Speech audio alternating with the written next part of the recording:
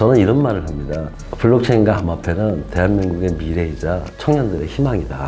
이거는 우리나라가 이제 미래 선진국이 되기 위한 가장 기본적인 필수 항목이다.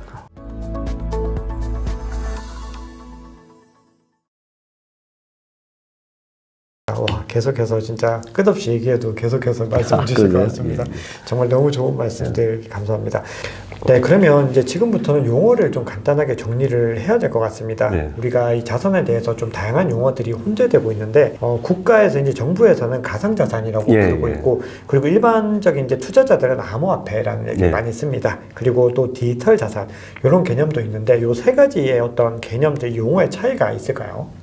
원래 없어야 되죠. 네네. 없어야 되는데 있게 됐어요. 네. 보통 블록체인과 저희들 같은 경우는 암호화폐라는 용어가 입에 배가지고 하는 거기 때문에 그거는 죄송스럽게 생각하고 그것 때문에 뭐 화폐로 오해할 수 있으니까 현재 이제 암호화폐, 가상자산, 디지털 자산이라는 용어를 가장 많이 써요. 근데 이제 일본 같은 경우는 암호자산이라는 용어도 씁니다. 근데 그건 뭐 일본에 한해서니까. 근데 유럽이나 각 나라마다 쓰는 용어가 있습니다.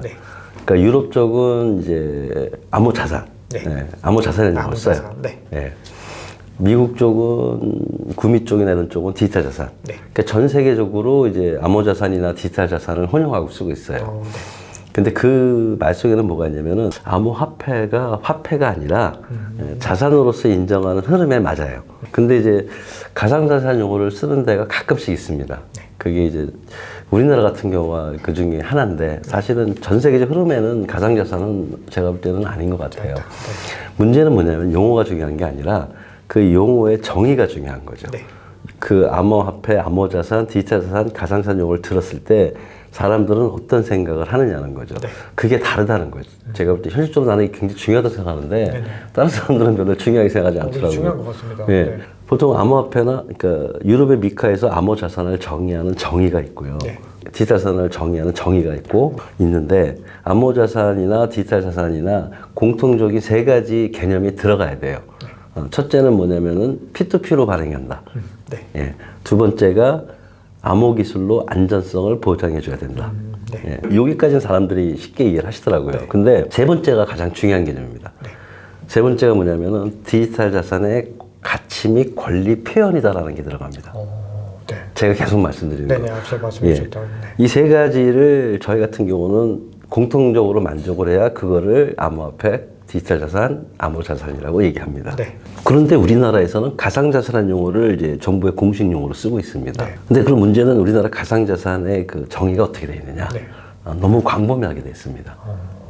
그러니까 내재적 가치를 가지고 있고 전자적으로 거래될 수 있는 전자증표. 즉 다시 말해서 암호자산이나 디지털 자산에서 세계적으로 합의된 중요한 개념 세 가지가 하나도 없어요. 그냥 디지털 자산 개념. 자산을 디지털화 했다 정도. 너무 광범위해서 우리가 얘기하는 디지털 자산, 암호자산, 암호화폐하고 정부에서 얘기하는 가상자산이 개념이 다릅니다. 그래서 가장 간단한 예가 NFT입니다. NFT가 저희가 볼 때는 암호화폐고 암호자산이고 디지털 자산이에요. 근데 우리나라는 NFT가 가상자산에서 제외됩니다. 저는 용어에 대해서 굉장히 중요하다고 생각하거든요. 그게 이제 암호화폐든 가상자산이든 디지털 자산이든 암호자산이든 그 디지털 트랜스포메이션 시대라고 얘기하잖아요. 정부에서도 굉장히 중요한 전략 정책이잖아요. 그 얘기 뭐냐면 모든 게 디지털화 된다는 거잖아요. 근데 사실 지금 디지털 안 되는 게 어디 있어요? 그렇죠. 다 디지털 돼 있잖아요. 근데 무슨 또 갑자기 디지털 전환이지? 그 의미를 좀 깊이 있게 생각해 봤으면 좋겠어요. 자산을 디지털화 시키는 거예요, 지금. 단순히 모든 것들을 디지털 시키는 게 아니라 현재 우리가 알고 있는 자산조차도 디지털 세상에서는 디지털로 표현이 돼야 되고 그걸 디지털 자산이라고 얘기할 수 있는 거죠. 근데 아까 말씀드린 것처럼 디지털 자산이라면은 가치도 있어야 되고 소유권이라든지 권리가 있어야 되잖아요. 그거를 표현하는 방식이 제가 말한 게 암호화폐라고 그랬죠. 가장 기대되는 분야는 부동산 같은 거. 부동산 같은 거는 이제 우리나라에서 많은 사람들이 관심이 있잖아요. 그 부동산을 디지털 자산화 시켜서 디지털 자산화 시킨다는 얘기는 쪼개기라고 들어보셨어요? 쪼개기가 굉장히 용이한 거죠. 물론 지금도 이제 건물을 쪼개기로 살 수 있어요, 공유주분. 근데 굉장히 복잡하잖아요. 근데 그거를 이제 토큰화 시키면 쪼개기로 하면서 쉽게 할 수가 있잖아요. 거기다가 디지털 자산의 특징 중에 하나가 소유권이니까 소유권도 바로 확보할 수 있고. 그래서 부동산은 생태계입니다. 그래서 정부도 그런 면에 있어서는 토큰 증권 제도를 하고 있어요. 이렇게 부동산 자산이라든지 아니면은 명품 같은 거, 비싼 그림이라든지 네. 이런 고가의 어떤 그 자산들을 디지털 그 자산화 시키는 관점에서 토큰 증권 제도라는 걸 만들고 있어요. 근데 그게 왜 중요하냐면은 제가 부동산 얘기를 들은 게 사람들이 금방 이해해서 그래요. 부동산 생태계라는 게 사실은 부동산을 많은 사람들이 가지고 있잖아요. 네. 근데 그게 이제 대부분은 대출 받아서 사잖아요. 네. 근데 그러다 보니까 고금리가 되니까 어려워지잖아요. 그러면 이제 은행에서 고금리로 빌리는 것보다 이거를 소위 말하는 이제 쪼개기로 부동산 지분을 토큰화 시켜서 팔면은 고금리 걱정이 없잖아요. 맞습니다. 단지 문제는 그 수익이 생겼을 때 그 수익을 나눠 갖는 거겠죠. 네. 그렇게 따지면은 부동산 수익에 대한 대중화가 되겠죠. 네. 그리고 일반인들한테는 일반인들의 관점에서 이게 좋은 거죠. 네. 소액으로 투자할 수 있는 시장이 아니잖아요. 네. 근데 소액으로 투자할 수 있는 게 부동산 시장이 넓어지는 거죠. 네. 그래서 부동산 생태계가 제가 볼 때는 가장 일반인들이 쉽게 느낄 수 있는 블록체인의 서비스다. 이렇게 생각하고 있습니다. 네, 지금 실제로 부동산 이게 큰 건물들이 쪼개서 파는 게 가장 지금 보편화된 방식으로 진행이 되고 있는 거죠. 어떻게 보면은. 그래서 미술품도 그렇고 부동산도 그렇고 지금 현재 가장 이제 시작점에 있는 어떤 부분들이고 향후에는 이제 이 자산들이 계속해서 더 많이 확장이 될 것이다. 저렇게 볼 수 있겠습니다. 자, 그런데 이제 이 블록체인 기술이 더 좀 중요하게 작용하는 분야는 아무래도 좀 국경을 넘어서는 그런 분야들에서 좀 더 블록체인이 유용할 수 있다. 이런 내러티브들이 있는데 이렇게 교수님 보시기에 이 블록체인을 적용하기에 이 부동산보다도 또 더 적합한, 그러니까 지금 당장에 많이 하고 있지는 않지만 좀 더 적합하게 적용될 만한 산업 분야는 또 어떤 게 있을까요? 예, 부동산이 이제 국제 송금, 국제 결제 같은 데 대해서는 뭐 수수료가 싸다든지, 그다음에 실시간 송금이라든지 여러 가지 장점들이 있습니다. 네. 근데 저는 그거보다는 어떤 서비스에 관심이 있냐면은 네. 제가 끊임없이 말씀드리는 우리들의 자산을 찾아주는 분야. 네. 예, 소위 말하면 저는 이제 큰 틀로 말씀을 라이프톤이라고 그러거든요. 네. 내 생활 자체가 돈 버는 거다. 예를 들어가지고 그런 서비스들이 있거든요. 혹시 스테픈이라고 들어보셨는지 모르지만 네, 스테픈, 네, 걸을 때 걸으면 받아요. 돈을 네. 준다. 걷는다는 게 내 생활이지 않습니까? 걸을 때 걸으면 돈을 준다라든지 또는 스테이 투 원이라고 해가지고 어떤 서비스 플랫폼에 들어가서 장기 체류하는 거에 따라서 보상을 받는다든지 그리고 심지어는 이제 그런 것도 있을 것 같아요. 잠을 자도 돈을 줍니다. 네. 잠을 자면 내 수면 데이터 같은 거. 네네. 이런 식으로 뭐냐면 내가 생활하는 것들이 과연 기존에는 내가 생활함으로써 그 사람들한테 아무런 내가 발생한 데이터가 되겠죠. 내가 생활한다는 얘기는 나는 데이터를 생성하는 사람이 되는 거고 네. 내가 생성한 데이터는 가치가 있잖아요. 네. 그러니까 디지털 자산 생성자가 되는 거죠. 그렇죠. 나는 끊임없이 디지털 자산을 생성을 했는데 그 가치를 인정해 주질 않는다는 거죠. 그래서 제가 지금 관심 있는 분야는 그 분야입니다. 그래서 뭐 플레이 투원이라든지 우리나라에서 현재 불법이지만 지금 현재는, 예, 네. 플레이 투원 또는 뭐 그러니까 무브 투원, 네네. 스테이 투원 또는 이제 크리에이트 원. 네. 그러니까 내가 콘텐츠를 생성하면 그것도 이제 내 자산이기 때문에 네네. 이제 돈을 버는 이런 어떤 우리 일반인들이 관련된 블록체인을 이용해서 돈을 벌 수 있는 서비스가 제가 볼 때는 저의 목적입니다.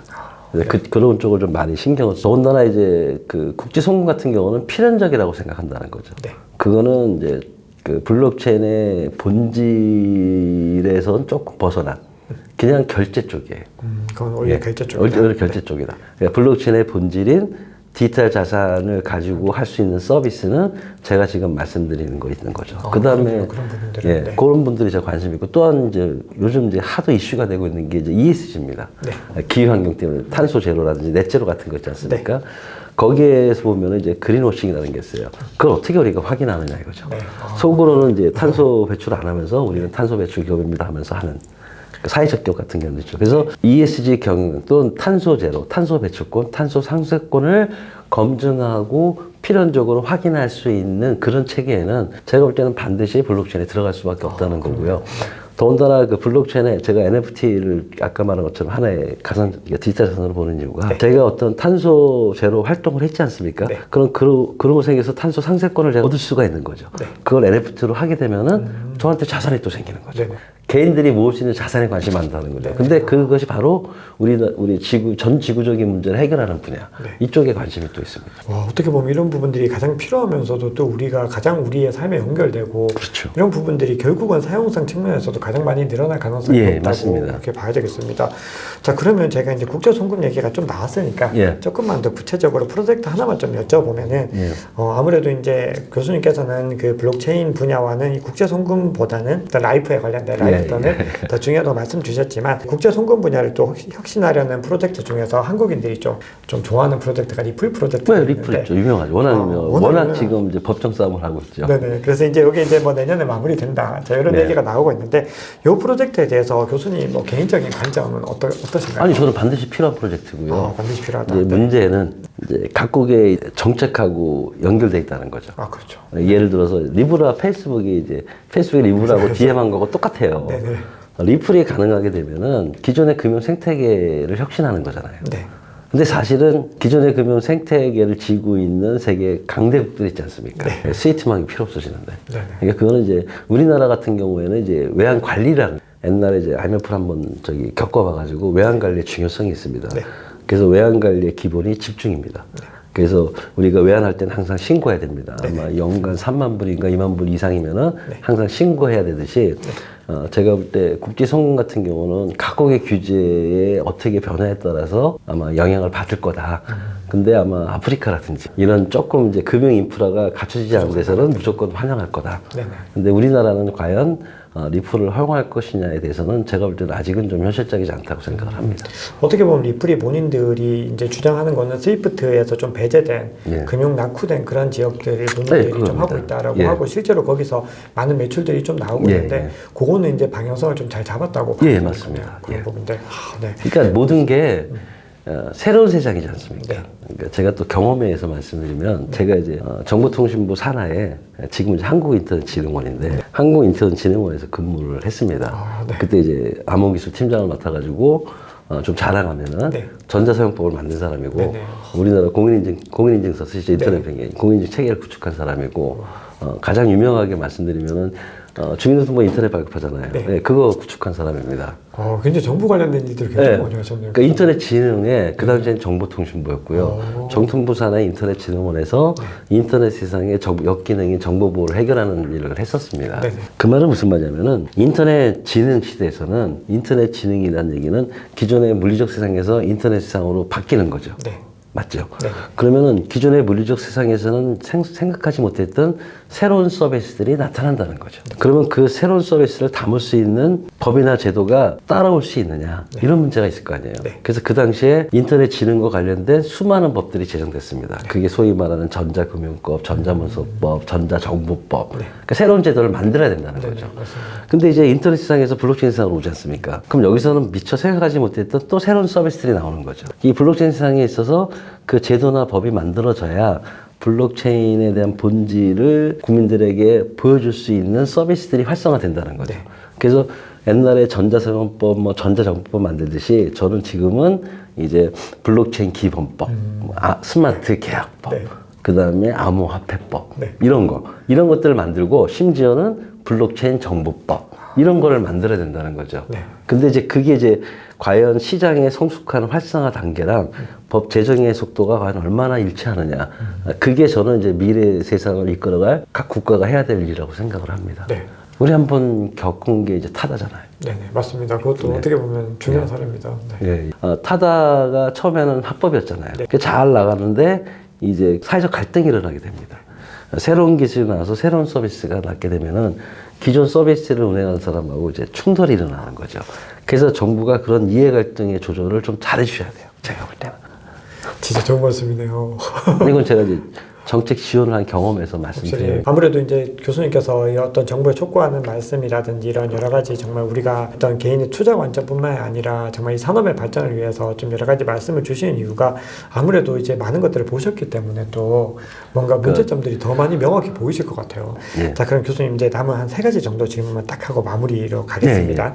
자, 지금 메타버스와 이제 지금부터는 조금 더 미래적인 이야기를 해보면 이 메타버스라는 이제 키워드가 좀 약간 잊혀질만 하면 또 등장하고 이게 약간 어쨌든 미래에 굉장히 좀 중요한 어떤 산업으로 이제 부각이 되고 있습니다. 근데 메타버스와 이 디지털 자산은 어떻게 연결이 될지 그리고 메타버스에서 우리가 가장 주목해야 하는 뭐 암호화폐 프로젝트가 있다면 어떤 것들이 있을지 좀 부탁드립니다. 그게 이제 소위 말하는 3.0 프로젝트하고 연관이 있는 거예요. 네네, 맞습니다. 그러니까 예를 들어서 메타버스라는 게 이제 가상세계지 않습니까?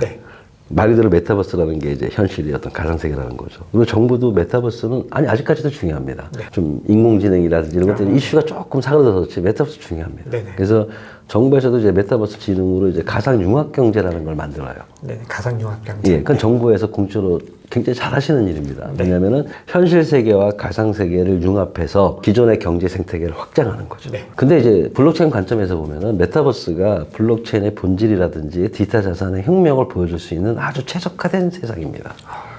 가상 부동산 있지 않습니까? 네. 우리 현재 부동산이라면 소유권이 있어야 된다 그랬잖아요. 네.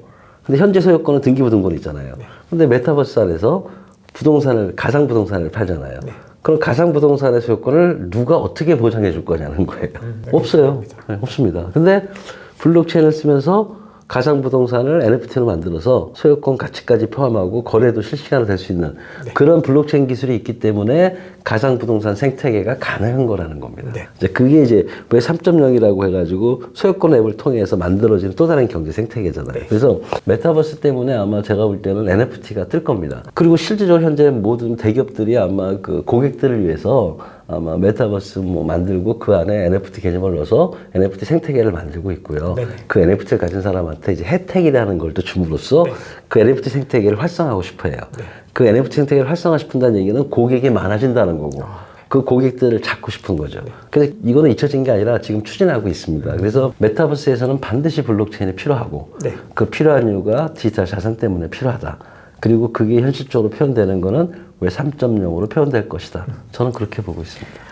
그러면 지금 최근에 이제 NFT가 과거에 좀 PFP 이미지 거래가 네, 좀 예, 많다 그렇죠. 보니까 예, 예. 지금 이제 그런 분야들을 많이 죽었습니다. 그건 죽을 수밖에 사실. 없죠. 죽을 수밖에 예, 없고 예. 그걸 이제 가치로서 계속해서 담보한다는 것 자체가 처음부터 많이들 이게 왜 자산이 될까 예, 하는 예. 의구심이 있었는데 지금 이제 그런 분야들은 이제 죽었지만 그럼에도 불구하고 NFT라는 이것의 가치는 계속해서 상승할 것이다. 네. 이렇게 말씀을 드려도 되는 건가요? 그게 자산의 특성 중에 하나예요. 네네. 부동산 1대1로 교환할 수 없잖아요. 맞습니다. 예, 금은 뭐 1g이면 똑같이 교환한다고 하시더라도 어떻게 보면 아니에요. 한 돈으로 만든 금붕어, 금거우북이랑 네. 한 돈으로만 헤어나 열쇠랑 1대1로 교환할 수는 없어요. 맞습니다. 그러니까 NFT라는 거는 대체불가 자산을 표현하는 가장 대표적인 거고 네. 메타버스 세상에서는 수없이 많은 디지털 자산 중에 제가 볼 때 대부분은 NFT일 것이다. 네. 대체불가 자산, 고유의 특성 가진 자산들일 거고 그것들은 NFT로 표현될 수밖에 없다는 거고 아마 원래는 이제 NFT 했다가 근데 NFT는 양도하잖아요. 네. 그래서 양도를 한다. 신문 쪽은 양도할 수 없잖아요. 네. 그러니까 양도불가 NFT 개념이 만들어지겠죠. 네. 예, 그걸 이제 SBT라고 소울 바운드 토큰이라는 개념이 또 나왔어요. 네. 그게 일종의 주민등록증 같은 거, 네. 양도할 수 없는 자기만의 고유한 토큰. 그게 NFT입니다. 네네. 이제 그런 것들이 앞으로 활성화되면 활성화됐지 죽지 않습니다. 네. 더 많이 성장할 수밖에 없다. 네, 미래가 네, 그렇게 네, 가고 있다.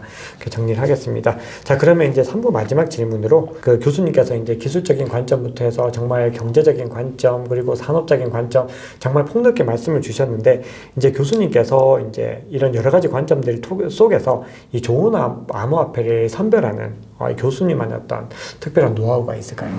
저는 시장 전문가도 사실 아니에요. 네. 이거는 투자의 관점 말고 이제 진짜 이 프로젝트의 근본적인 예, 그래서 한번 해보면 네.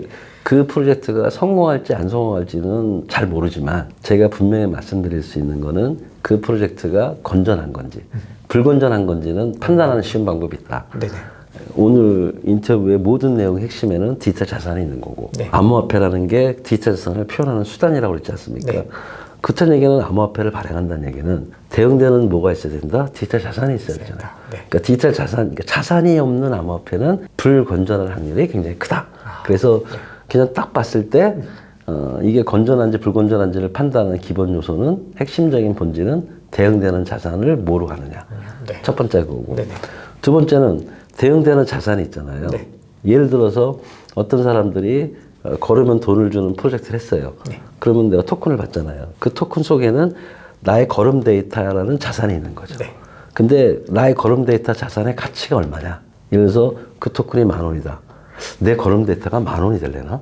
대응되는 자산의 합리적인 가치와 토큰의 가격과의 불균형. 이게 거품입니다. 아, 그러네요. 예. 네. 그런 논리로 따지면은, 일반인들도 쉽게 판단할 수 있을 것 같습니다. 그리고 그런 걸 다 통과했을 때, 네. 과연 이 사업이 성공할 거냐를 모르겠다는 거죠. 그거는 이제 시장에서 아무리 좋은 기술, 아무리 좋은 건전한 암호화폐라도 시장에서 수용의 문제는 저는 잘 모르겠다는 거죠. 그건 사람의 마음이기 때문에 그런 의미에서 제가 말씀드린 거고요. 예. 네. 맞는 말씀입니다. 사실은 아무리 좋게 이게 뭐 시작을 했어도 이 시장의 여러 경쟁들이나 여러 가지 변수들에 의해서 지금 뭐 과거 3, 4년 전에 인기를 끌다가 지금 뭐 언급도 안 되는 프로젝트들도 너무 많고 그 당시에 뭐 이더리움 킬러라고 불렸던 프로젝트들이 그렇게 많았지만 지금은 다 이제 존재하지 않는 건 아니지만 지금 회자되지 않는 거 보면은 이거의 어떤 미래들을 우리가 단적으로 막 된다 안 된다고 설명하는 거는 좀 약간 좀 오만한 발상일 수도 있겠다 이런 생각을 또 하게 됩니다. 자, 그럼 마무리 질문으로 우리 또 구독자분들께 교수님 당부의 말씀 부탁드리겠습니다. 제가 이제 꼭 말씀드리고 싶은 거는 블록체인하고 암호화폐가 있을 때 암호화폐에 대한 오해를 좀 풀었으면 좋겠어요. 단순한 투기성 그런 개념이 아니라 이거는 디지털에서 혁명 시대에 반드시 필요한 하나의 수단이기 때문에 암호화폐는 성장할 거고요. 대중화 시대가 될 겁니다. 그래서 저는 이런 말을 합니다. 블록체인과 암호화폐는 대한민국의 미래이자 청년들의 희망이다. 이거는 우리나라가 이제 미래의 선진국이 되기 위한 가장 기본적인 필수 항목이다. 그래서 근데 그 전제에는 제가 다시 한번 말씀드리지만 블록체인과 암호화폐에 대한 오해를 좀 풀었으면 좋겠다. 그래서 우리 모두 건전한 블록체인 세상으로 함께 했으면 좋겠습니다. 감사합니다. 감사합니다. 마지막까지 당부의 말씀 너무 좋습니다. 됐네요. 네. 자, 지금까지 동국대학교 블록체인 연구센터 센터장 박성준 교수님과 이 블록체인과 이 암호화폐 산업의 미래에 대한 정말 깊고 그리고 유익한 이야기들 나눠봤습니다. 자, 긴 시간 동안 유익한 인사이트 많이 나눠주신 교수님 감사합니다. 예, 감사합니다. 네, 다음에 또 뵙겠습니다. 예. 네, 지금까지 박 작가의 토크라운지였습니다. 여러분 감사합니다. 이렇게 돼요? 네.